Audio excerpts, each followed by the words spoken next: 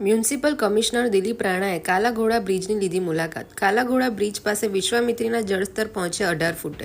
આજવા સરોવર અને પ્રતાપપુરા ડેમમાં પાણીની આવક થતાં વિશ્વામિત્રી નદીમાં ડાયવર્ટ કરાયું છે પાણી। ભયજનક સપાટીથી 8 ફૂટ નીચે છે પાણી। આજે ઓરેન્જ અને આવતીકાલે વડોદરામાં રેડ એલર્ટ। મ્યુનિસિપલ કમિશનર કારખાનાના રહીશોને તકલીફ ના પડે તે માટે રાખી રહ્યા છે બાજ નજર। આજવા સરોવરમાં વધુ પાણીનો સંગ્રહ થઈ શકે તે માટે ગત રાત્રે છોડવામાં આવ્યું છે પાણી।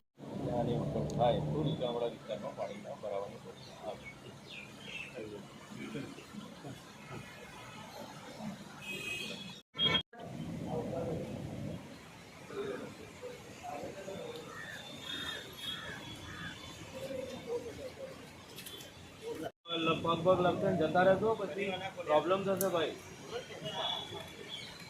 ઉપર આવો।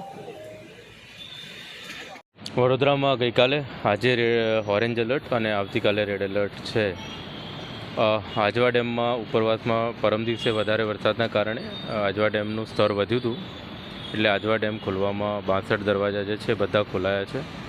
એના કારણે અને પ્રતાપપુરાના દરવાજા પણ બધા ખુલ્લા છે।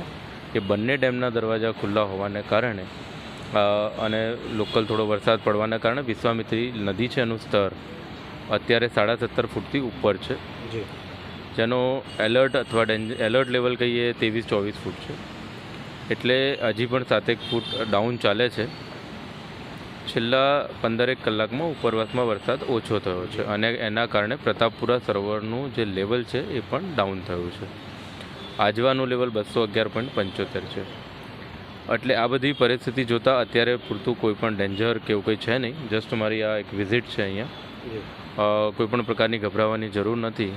જો બહુ વરસાદ પડશે, ડેમનું લેવલ બહુ વધારે થશે તો કદાચ શિફ્ટિંગના પ્રશ્નો આવશે, તો એની માટે પણ તંત્રની સંપૂર્ણ તૈયારી છે।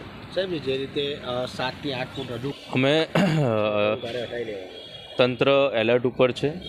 લાસ્ટ ટાઈમ જે રીતે અમે બસ મારફતે બધાને શિફ્ટ કરાવી સ્કૂલ અને આશ્રય સ્થાનમાં મોકલ્યા હતા, બધી જીવન જરૂરિયાતની વસ્તુઓ આપી હતી, એ જ રીતે અમારું તંત્ર સંપૂર્ણ રીતે એલર્ટ ઉપર છે અને કોઈપણ પ્રકારનો શિફ્ટિંગનો પ્રશ્ન અત્યારે નથી।